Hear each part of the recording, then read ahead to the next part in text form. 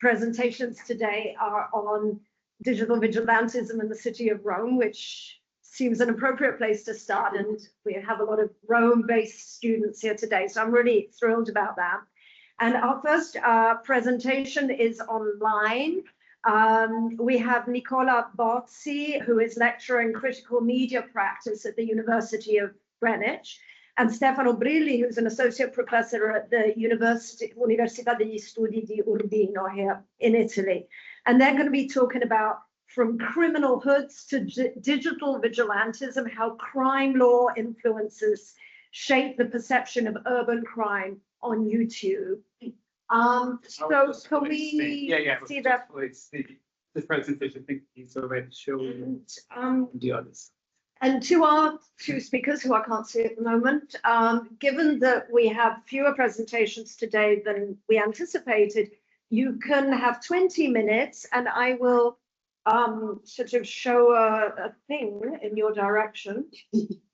Except I don't know where your direction is, but saying when you've got 2 minutes left, okay? So where is the microphone? Is here? This one. Okay. It's spotting now, everybody's here. Okay, good. So there we go. Let's get started. So Nicola and Stefano, please. All right, thank you very much. Today it will be just wait 1 second. Sorry, wait 1 second. We're not hearing you through the main speaker. Just a second. Okay. Sorry, guys. It's always like this at the beginning of a hybrid conference. I know. Aspetta. Should I come in person? That's on me. It's the sound, just something. Where is the sound? It was working well. The sound. Because before it was plugging. It's coming. It's here. It's coming through that.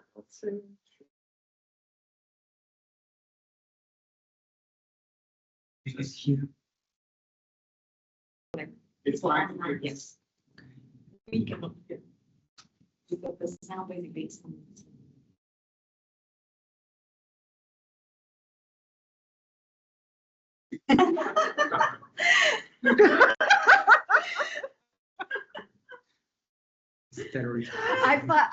I find all this technological stuff totally terrifying.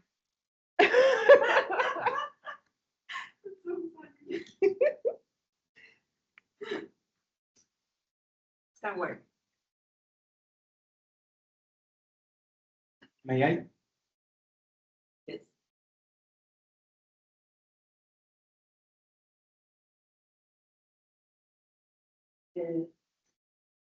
It's unmuted because it's muted on mic.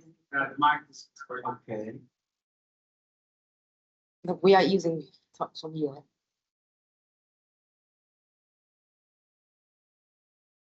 Yes. Please. Can you hear me? If you click it around, I can see.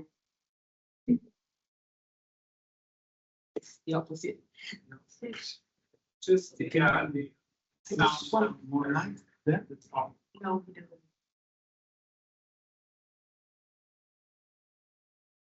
I don't know how we survived COVID. This is sound. I know. Bar. It's in here at the top, the very top of the screen. You're gonna, yeah, there we go. So we go to the sound. Yeah. So now you can see where it's coming from. Alpha, yeah, maybe that's it. Oh. There we go. So, Nicola, sorry again about this. Can you try to speak again? No problem. Can you hear me? Yeah, maybe if you drop down from the is it your and drop down. Nicola, are you sure your microphone and everything else? Yeah, audio options. Yes. So this is me and my voice, own voice. Yeah, if you click there, yeah, this might be speaker, right? So try to use my speaker, but my speaker maybe it is. No, my speaker. Yeah, my speaker, the MacBook. Yeah. There we get my sound. So I'm gonna be great, but it's better than nothing. But yeah, there. Yeah. Working. Yes. So Nicola, can you try it again? Can you hear me? I can hear I you. was in the other room and I'm not there. I could follow everything. So let's try. For the spirit that we're already trained. Yeah. Why don't we just use that room? The other room? Yeah. Because there's nobody in there now. I can sign out now and you can sign in. Just give us another In the second. meantime, that we check it so we can get China. I will So you gonna connect. try. So now I'm going to sign out and you will not lock it. Because I'm not. I'm not here.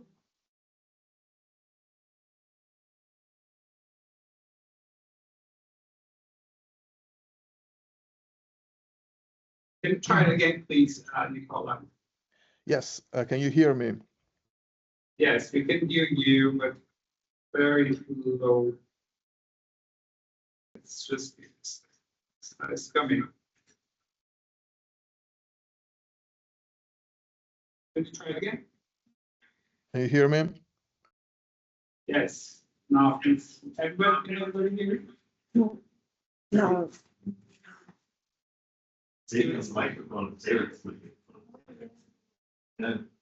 Could you hear me before it started? I remember we were talking. No, I didn't hear. The problem is because we don't have the, but I will place you to the microphone.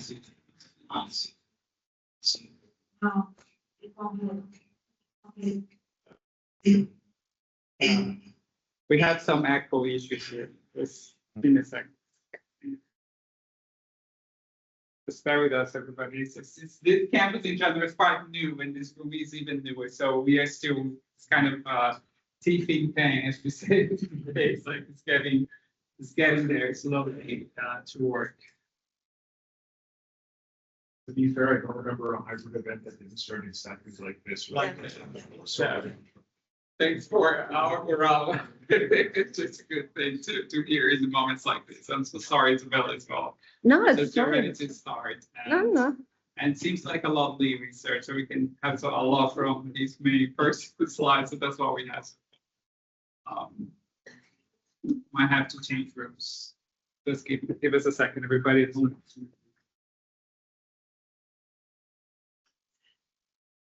Maybe if you mute one of the two, either Eleonora or Helton's computer, I'm very sorry for this. maybe Yeah, you yeah, can, yeah. maybe you can fix the echo issue. Yeah, my computer is not working the sound right now for some reason. Helton, Yes. Leonora's managed to sign into the other room, and is the audio working in the It other was room? working there, yeah. Yes. So why don't we just move? Yeah. It's already inside you. It's- Okay. Good. Yeah. Okay. So everybody, change the plans. We're just gonna move into the room across the hallway. So everybody who's at home, please, or online, please stay where you are. Don't go anywhere. And we'll be 10 seconds and we'll be in the other room. Can you hear me? Yeah. Can you go ahead? Yes. You speaker on? Yes. But it's coming from the computer and not from the.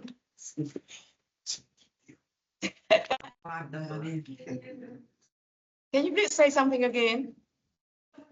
Can you hear me now? Oh, I should add that. I don't want to talk about it. That's really easy.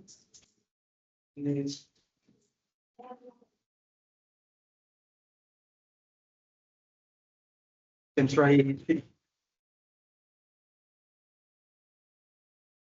Ok, can you hear me now? Nicola, prova. Ci sono, mi sentite? Mi sentite? Riprova. Mi sentite ancora? Un po' meglio. Un po' meglio. Ma prima mi sentivate o sbaglio? Okay. No? Ha funzionato tutto perfettamente come ieri.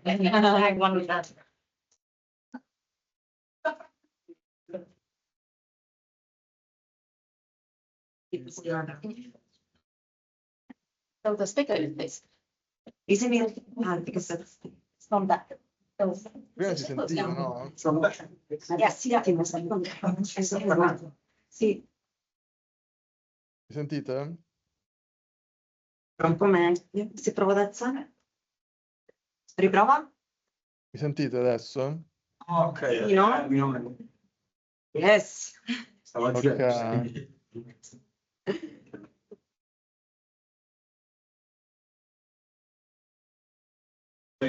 People not throwing out the artifacts. Yeah. That's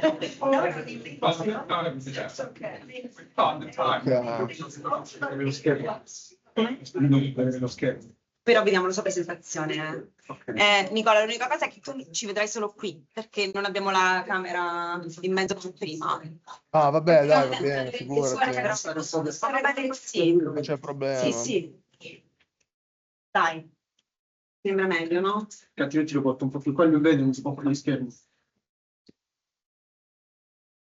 Quello che si può. Ok. Ok, ditemi quando posso iniziare. Inizio, metto il timer che ce l'ho qua pronto.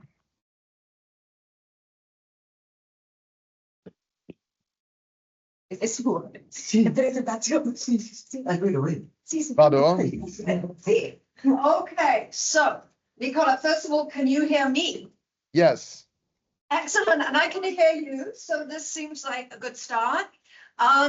Please go ahead and start now, and as I said, I'll keep you posted on the timing. When you've got 2 minutes left, I'll give you a shout. And then after that, I was thinking, then we'll have Helton and Eleonora's presentation, and then questions and discussion afterwards, especially since both sessions have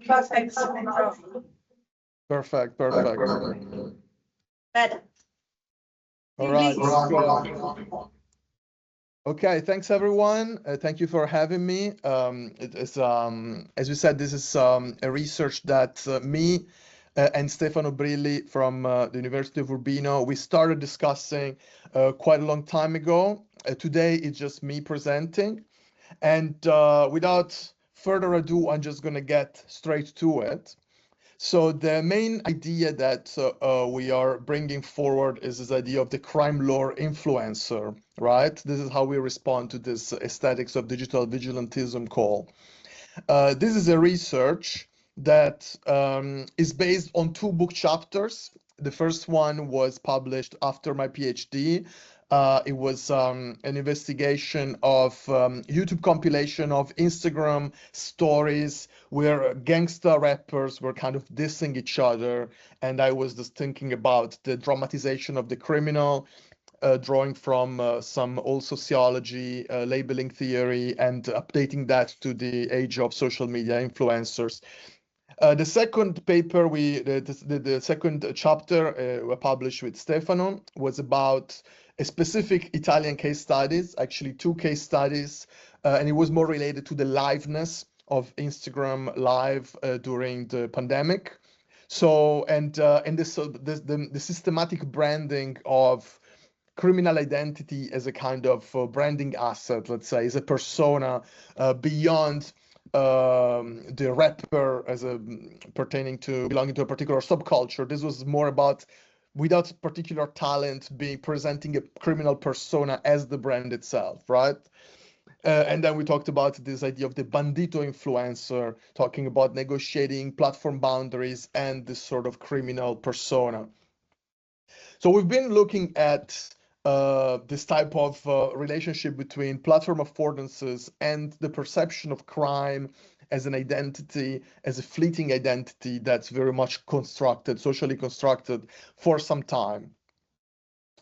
This, let's say, third part is more related to the framing of crime and the way that certain influencers that mediate between people who present a criminal persona and the public, right, platform publics, how this gets narrativized, how this gets archived, how this gets framed.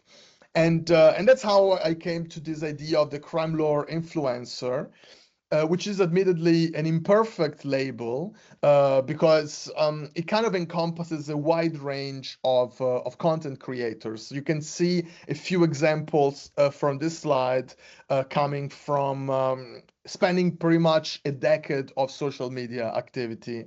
From DJ Academics, the Warren Chirac account, to this Barcelona Pie de Calle Carterista account, which is a much more recent trend, right?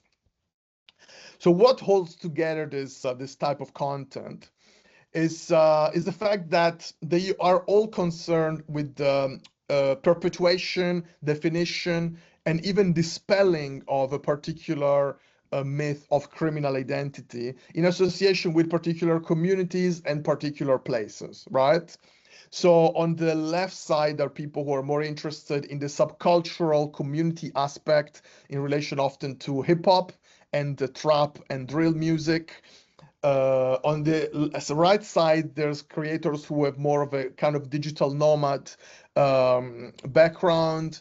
They're not concerned with telling a particular the story of a community over a particular range of time, but they're more exoticizing particular places that have a specific reputation, and there is a bit of a daredevil attitude, which also meets some Pasolinian inclinations, right? Because there is a bit of a coexistence of exoticization and also interest for authenticity.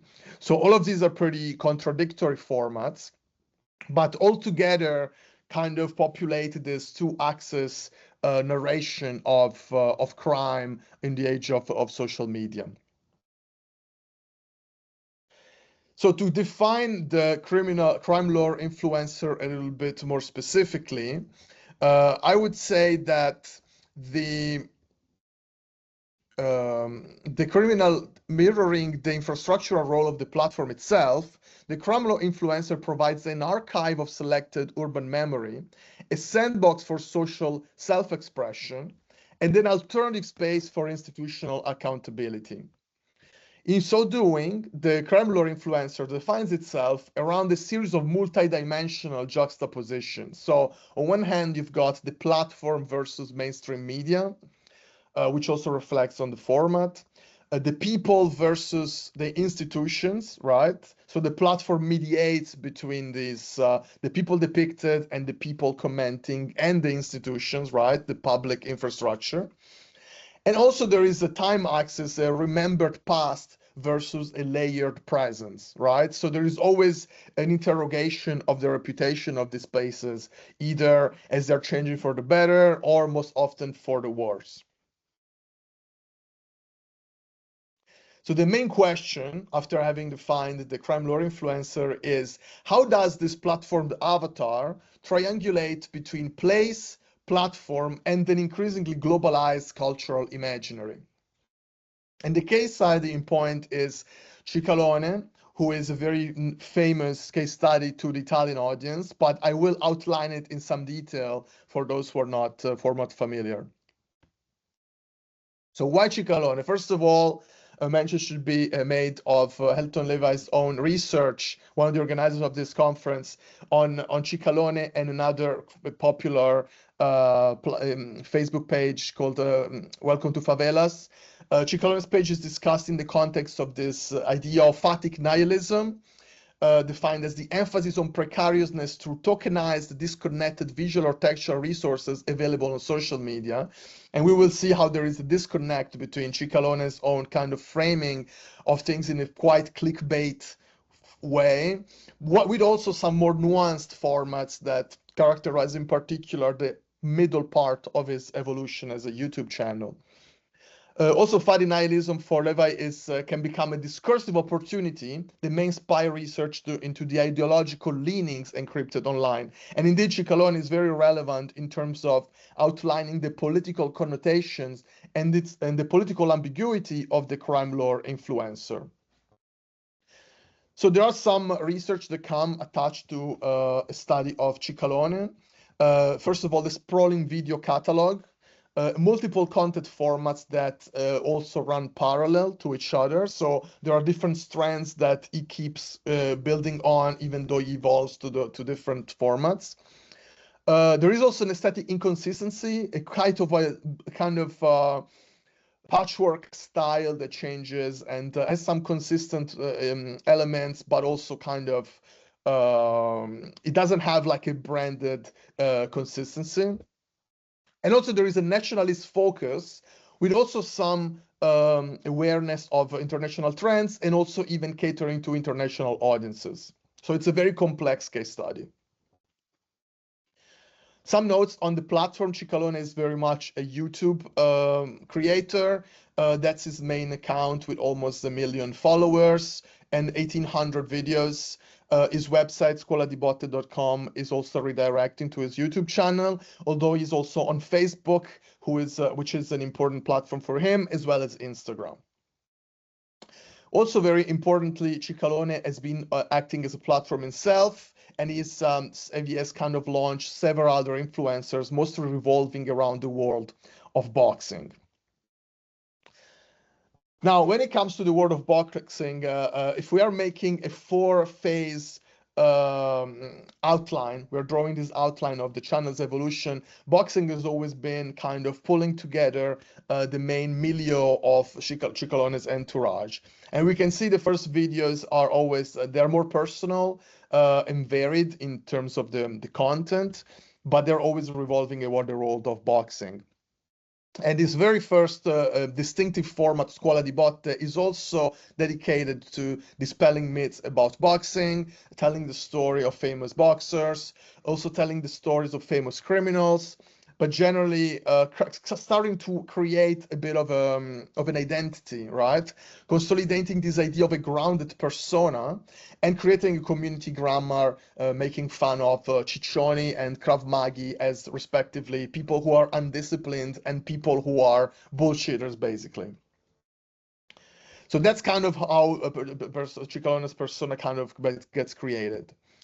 There is a second phase when, building on this persona, Ciccalone starts during the pandemic to explore different neighborhoods in Rome and then in the rest of Italy. Although the format is called Quartieri Criminali, criminal neighborhoods, the attitude is very much Pasolini inspired. Marginalized people are let speak, they're given a voice, there is a generally non-judgmental attitude. A lot of people who Ciccalone engages with are also immigrants, people of color, even though his entourage appear very much as boxers, very much with a kind of right-wing style attire. Let's say their appearance kind of has the type of vibe. There is this kind of more inclusive, non-judgmental attitude. And the format very much emerges as an anti-mainstream media format where people are not stigmatized as opposed to other more sensationalistic formats.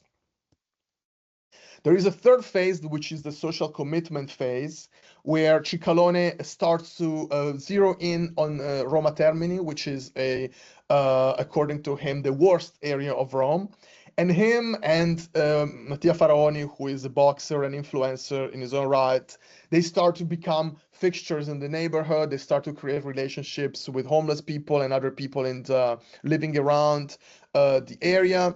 But there's also a wider entourage that starts to get involved. There are conflicts with some people, clickbaity titles, and there starts to be a lot of critique of some of Ciccalone's entourage being accused of fascism, his political identity generally being questioned and openly challenged in particular episodes and even in other podcasts, interactions. So generally, there is a Ciccalone's political ambiguity participates in the narrativization of his persona, reinforcing the idea of the platform as an alternative space of accountability for institutions. So this kind of mission of the channel starts to be outlined in this phase. Finally, there is the evolution to this most controversial phase, which is the Vigilante phase, which kind of pivots on this form of pickpocket-related content. This is a format that has been seen also in the Spanish-speaking internet. There are quite a few people who have started doing this in the last few years. Ciccalone starts to do it consistently in Rome, creating a bit of a format, also sometimes having people participate from other countries participating in his content. And also engaging and even getting into altercations with gangs. He gets assaulted, his assaulter escapes, and there is a whole saga that he recounts on the channel. Again, he gets accused of fear-mongering, but he also gets praised on the right-wing side, especially. And generally, his persona becomes much more polarizing and involved as than before. And this degree of institutionalization is confirmed by the content that he posts, and also by the level of stakes that kind of lower in terms of what kind of crimes is speaking about. This is a recent note that he posted just yesterday. So you can see that now is reporting about people, undocumented migrants doing a bracelet scam, which seems like a pretty minor thing compared to the pickpocketing. But it's still, you know, so it becomes a bit of an extension of the police in this particular instance. So how is Cicalone represented outside of his own media platform? First of all, he has found he's been favored by this very populist radio show called La Zanzara, where he gets invited a lot. He's created copycats of his work, which are much more popular and politicized. And he's also been criticized on other podcasts, but also been called to justify himself against accusers of, again, fascism and also sensationalism. And he wants to say, is especially keen to say that he doesn't criminalize drugs, but is focused on pickpocketing because of the type of the nature of this crime. Related to this is been also getting more traction politically. It's been associated with figures on the right, like up-and-coming far-right politician Banacci. Has been invited to Atreyu, has spoken about security. Atreyu is a festival organized by Giorgio Meloni's Fratelli d'Italia party. But he's also been associated with this proposal to enhance the prosecutor, to make people who do pickpocketing basically more easily prosecuted, basically. This is a proposal that the Five Star Movement is putting forward and is being kind of associated with that. All right, so only 4 minutes and a half left.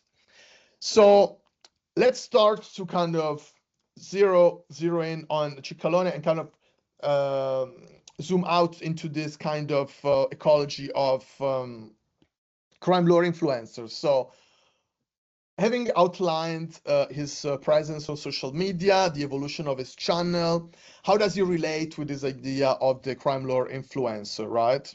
First of all, we can notice that compared to other crime lore influencers, is definitely more grounded in the local urban context, which is Rome. Although his content is also, he creates content in other Italian cities, in Naples, in Milan, in other places, but his base is basically Rome. With the pickpocket thing, it started to become much more institutionalized because we've seen the law proposal that's been put forward. So basically, it's become a bit of an extension of a particular type of political agenda, even though it's not officially affiliated to any particular party. So there is a time axis of institutionalization that we've seen across the evolution of space axis, where he's kind of zeroed in on Rome, as opposed to other crime lore influencers who travel across the space axis in a way that exoticizes different countries. So I wanted to discuss a few final points in relation to both Cicalone specifically and the crime lore influencer, and their wider relevance, let's say, to the study of platforms and the perception of spaces and crime. So the crime lore influencers overall demonstrate the need to address how platforms increasingly simulate and replace the notion of public space and community. So both in terms of the space itself and in terms of the memory of the space, right? The perception when you're going to the metro, the perception of how dangerous it can be, but also the memory of the space, right? How some areas are framed as usually used to be great, now it's bad, or vice versa, it's improved a lot since, you know, this is something that crime lore influencers contribute to. Also, in terms of the aesthetics and how this perception of reality is constructed, I think it's notable that it is revealed through length and repetition. So consolidating certain tropes through volume you know, because different crime lore influencers may cover the same city, or the same influencer might cover the city multiple times. Generally, this idea of cities as dangerous or not gets repeated through this lengthy content, which is often difficult to read and edited in ways that need to be studied, especially in a comparative way. It would be interesting to see Ciccalone's style of editing as opposed to that of other crime lore influencers, and how what tropes get repeated. And in a wider way, in terms of the social media, digital platforms as supposedly apolitical internet infrastructures, there is definitely a lot to be explored and to be monitored closely in the future, because there has obviously been a convergence of far-right politics with platform capitalists like Elon Musk and Peter Thiel. We've seen how Elon Musk has been intervening in the UK politics, speaking a lot about the perception of security in European cities. So it's interesting to see how sometimes American crime lore influencers go and they document, for example, pro-Palestine demonstrations. They ask people about their refugee status. So I think there is a potential international dimension to be explored, and how these networks of influencers collaborate, and what kind of interest there might be behind, or even indirectly, what kind of interests are being promoted, and political agendas and potential pressures might be indirectly connected or directly connected. So I'm sorry, it's been a bit chaotic, this presentation, but I hope it was clear. And if you have any questions, please tell me.